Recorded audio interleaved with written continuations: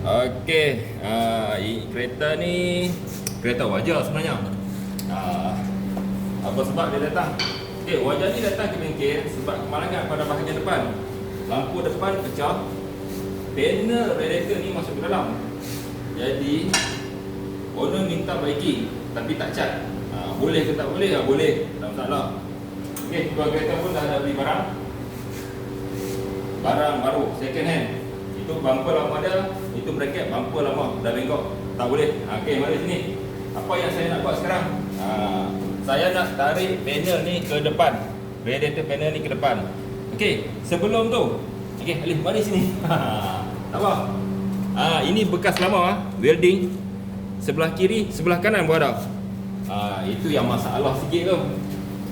Sebabnya saya nak buka rebate ni pun dah macam lain macam. Tapi tak apa, kita cuba buat.